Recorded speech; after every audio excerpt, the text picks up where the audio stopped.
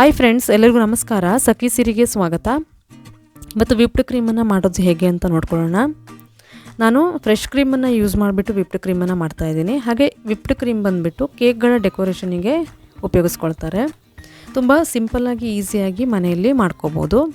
ಅದಕ್ಕೋಸ್ಕರ 2 ಬೌಲನ್ನು ತೊಗೊಂಡಿದ್ದೀನಿ. ಇವೆರಡೂ ಬೌಲನ್ನು ನಾನು ಸ್ವಲ್ಪ ಹೊತ್ತು ಫ್ರಿಜ್ಜಲ್ಲಿ ಎತ್ತಿಟ್ಕೊಂಡಿದ್ದೆ. ಸ್ವಲ್ಪ ಕೋಲ್ಡ್ ಆಗಿದ್ದಷ್ಟು ನಮಗೆ ವಿಪ್ಡ್ ಕ್ರೀಮ್ ಚೆನ್ನಾಗಿ ಬರುತ್ತೆ. ಹಾಗೆ ಐಸ್ ಕ್ಯೂಬ್ಗಳನ್ನು ತೊಗೊಂಡಿದ್ದೀನಿ.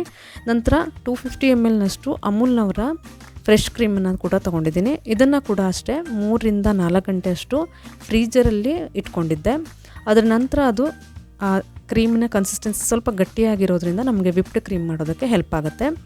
ಹಾಗೆ ಒಂದು ದೊಡ್ಡ ಬೌಲ್ನಲ್ಲಿ ಐಸ್ ಕ್ಯೂಬನ್ನು ಹಾಕಿದ್ದೀನಿ. ಅದರ ನಂತರ ಅದರ ಮೇಲೆ ಒಂದು ಸಣ್ಣ ಬೌಲನ್ನು ಇಟ್ಕೊಂಡು ಫ್ರೆಶ್ ಕ್ರೀಮನ್ನು ಹಾಕೋಬೇಕಾಗತ್ತೆ. ಫ್ರೆಶ್ ಕ್ರೀಮನ್ನು ಪ್ಯಾಕನ್ನು ಮೇಲ್ಗಡೆಯಿಂದನೇ ಕಟ್ ಮಾಡ್ಕೊಳ್ಳಿ, ನಿಮಗೆ ಹಾಕೋದಕ್ಕೆ ಸುಲಭವಾಗಿ ಆಗುತ್ತೆ.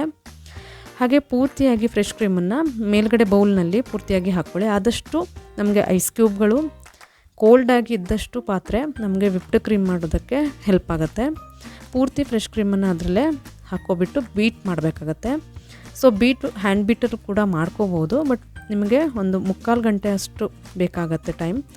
ಬಟ್ ಎಲೆಕ್ಟ್ರಿಕ್ ಬೀಟರ್ನಿಂದ ನಮಗೆ ಒಂದು 15 ರಿಂದ 20 ನಿಮಿಷದೊಳಗೆ ನಾವು ವಿಪ್ಡ್ ಕ್ರೀಮನ್ನು ರೆಡಿ ಮಾಡ್ಕೋಬೋದು. ಮೊದಲಿಗೆ ನಾವು ಅದನ್ನು 3 ರಿಂದ 4 ನಿಮಿಷದ ತನಕ ಮೀಡಿಯಮ್ ಸ್ಪೀಡಲ್ಲೇ ಇಟ್ಕೊಬಿಟ್ಟು ಬೀಟ್ ಮಾಡಬೇಕಾಗತ್ತೆ. ಅದರ ಕನ್ಸಿಸ್ಟೆನ್ಸಿ ನಿಮಗೆ ಗೊತ್ತಾಗುತ್ತೆ, ಚೇಂಜ್ ಆಗ್ತಾ ಇರುತ್ತೆ. ನೋಡಿ ಮೊದಲಿಗೆ ಹೇಗಿತ್ತು ಮತ್ತು ಈಗ ಹೇಗಾಗಿದೆ ಅಂಥೇಳಿ. ಹಾಗೆ ಹೈ ಸ್ಪೀಡಲ್ಲಿ ಇಟ್ಕೊಬಿಟ್ಟು ಒಂದು 10 ನಿಮಿಷ ತನಕ ನೀಟಾಗಿ ಬೀಟ್ ಮಾಡಿದರೆ ನಮಗೆ ವಿಪ್ಡ್ ಕ್ರೀಮ್ ಬೇಗ ಥಿಕ್ನೆಸ್ ಆಗಿ ಗಟ್ಟಿಯಾದ ಕನ್ಸಿಸ್ಟೆನ್ಸಿಯಲ್ಲಿ ರೆಡಿ ಆಗುತ್ತೆ.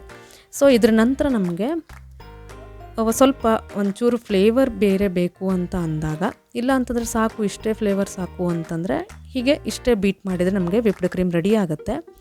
ಇಲ್ಲ ಸ್ವಲ್ಪ ಫ್ಲೇವರ್ ಸ್ವಲ್ಪ ಚೇಂಜ್ ಬೇಕು ಅಂದಾಗ ಒಂದು ಯಾವುದಾದ್ರೂ ಎಸೆನ್ಸು, ಇಲ್ಲಿ ನಾನು ವೆನಿಲ್ಲಾ ಎಸೆನ್ಸನ್ನು ಸೇರಿಸ್ತಾ ಇದ್ದೀನಿ.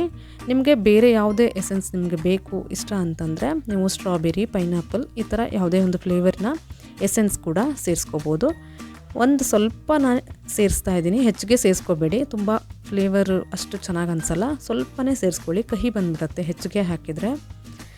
ಒಂದು ಡ್ರಾಪ್ ಅಷ್ಟು ನಾನು ವೆನಿಲಾ ಎಸೆನ್ಸನ್ನು ಸೇರಿಸಿ ನಂತರ ಒಂದು 4 ಟೇಬಲ್ ಸ್ಪೂನಷ್ಟು ಸಕ್ಕರೆ ಪುಡಿನ ಹಾಕ್ತಾಯಿದ್ದೀನಿ. ನಾರ್ಮಲ್ ಇದೆ ಸಕ್ಕರೆ ಪುಡಿನೇ ಹಾಕ್ತಾಯಿದ್ದೀನಿ. ಅದನ್ನು ಕೂಡ ಹಾಕಿಬಿಟ್ರೆ ನಮಗೆ ಫ್ರೆಶ್ ಕ್ರೀಮು ವಿಪ್ಡ್ ಕ್ರೀಮ್ ಆಗಿ ರೆಡಿ ಆಗುತ್ತೆ. ತುಂಬ ಟೇಸ್ಟ್ ಕೂಡ ಚೆನ್ನಾಗಿರುತ್ತೆ. ಹಾಗೆ ಒಂದು 5 ನಿಮಿಷ ನೀವು ವಿಪ್ ಮಾಡಿದರೆ ನೋಡಿ ಥಿಕ್ ಕನ್ಸಿಸ್ಟೆನ್ಸಿ ಬಂದಿದೆ.